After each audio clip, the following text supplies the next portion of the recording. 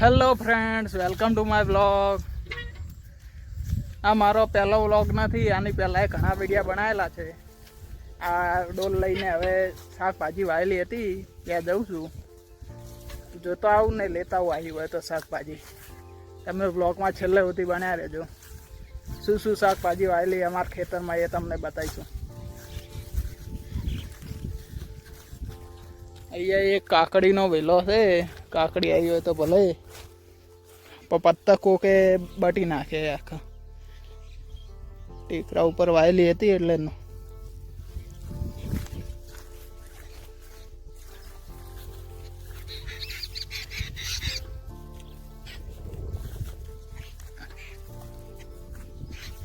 અમારું ખેતર છે. કાલે વરસાદ આવ્યો હતો એટલે આ બધી પાછળ જે ઝાડ દેખાય એ બધી પડી ગઈ. જો તમે બધી ઝાડ આખી ખેદન મેદન થઈ ગયું. આ બે તુરિયાના વેલા એકાદ તુરિયું આવ્યું હોય તો લઈ લઈએ. એક તુરિયું આવેલું જ છે.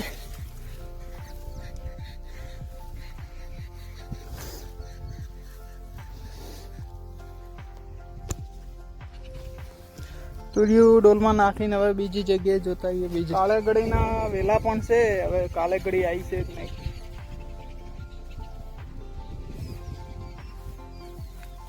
તો આ બધા નીચે જે દેખાય એ કાળેગડીના વેલા. જો દેખાતા હોય તો કેમેરામાં, ના દેખાતા હોય તો 1080p ની ક્વોલિટી કરીને જુઓ. પણ જુઓ, આ એક દૂધીનો વેલો હોય પણ નાનો હોય હજી.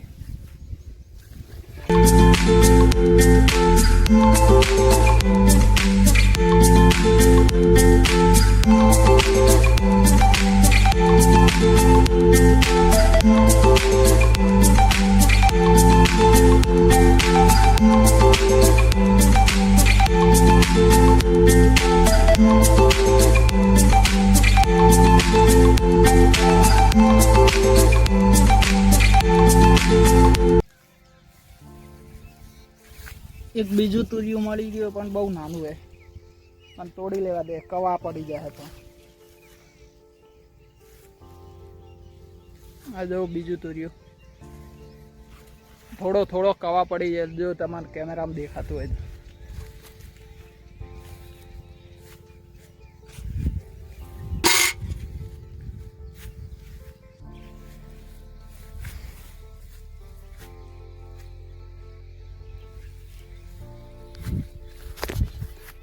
કાલેગડીનો વેલો આવી રહ્યો.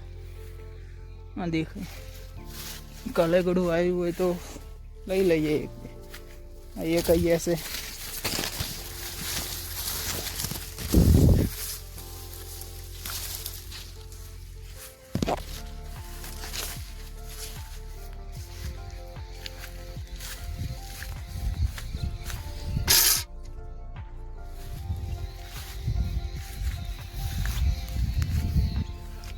આ થોડાક મગ વાયા હતા. મગની ફળીઓ આવેલી છે. જો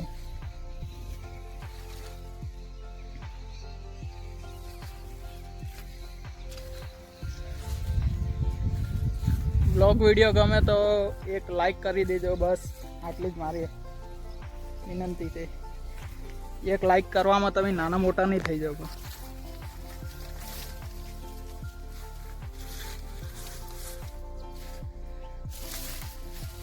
ને નવા હોય તો ચેનલને સબસ્ક્રાઈબ કરી દેજો. બસ એક આ દૂધીનો વેલો મોટો હોય પણ હજી સુધી ફૂલ નથી બેઠા.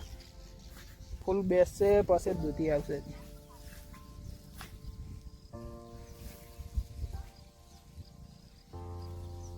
કાલેગડીના વેલા બહુ મોટા મોટા છે પણ એક કે કાલેગડું આવતું જ નહીં. સિરિયસલી કોઈની નજર લાવી જો આવી જશે. દૂધીનો વેલો બહુ મોટો. અહીંયા એકાદ દૂધી મળી જાય તો સારું છે.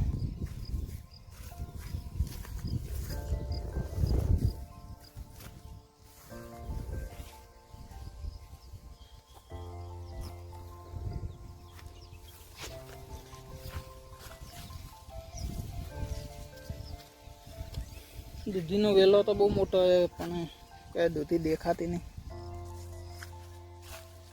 હજી વાર હે લાગે કાળેગડાની દૂધી નહીં આવવાની.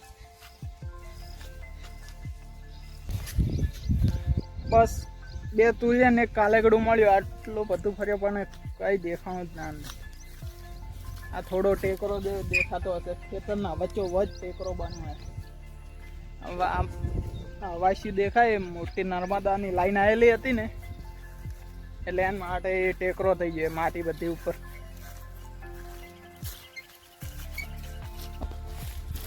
જો મિત્રો હું તમને બતાવું ચોળાફળી કેવી પડી. અંદર પગ મૂકવાનો જીવ નહીં થતો.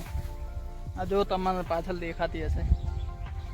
અંદર જનાવર બીજું હોય એટલે પગ મૂકવાનો વિચારીને પગ મૂકવો પડે. જનાવર બીજું આમાં પડી જ રહ્યું હોય. કેવી પડી છે ચોળાફળી,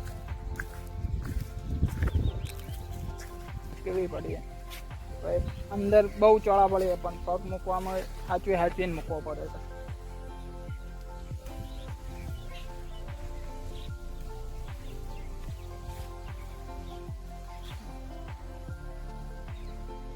દેશી ચોળા પડે. દેશી જો એટલેથી મોડીને આટલા સુધી ચારો આવે ચોળાફળીનો.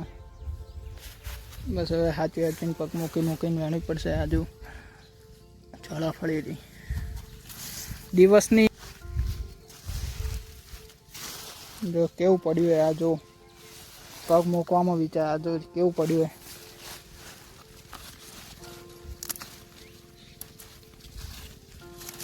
હેલો મિત્રો, ચોળાફળીને બધું વેણીને હવે આવી ગયા છે તબેલે. આ મારો તબેલો જો. બીજા બ્લોગમાં આખા તબેલાનો ટૂર બતાવીશ. આખો તબેલો તમને બતાવીશ. જો આટલી ચોળાફળી કાલેગુડી. આજે એક ત્યાં પેલા અહીંયા કિલોડીનો મીઠી કિલોડીનો વેલો હોય એમાંથી કિલોડા વેણવાના હોય. એના માટે ટેબલ જોઈશે બહુ ઊંચું હોય એટલે. જો મિત્રો આટલી કિલોડી મળી મને આ વેલા ઉપરથી. એટલે 2 દિવસ માટે શાકભાજીનો મેળ પડી ગયો. એટલે ઘરે શાકભાજી વાવવાની, બજારમાં લેવા ના જવાનું હોય. બસ વિડીયો ગમ્યો તો લાઈક, શેર ને સબસ્ક્રાઈબ કરી દેજો. બાય.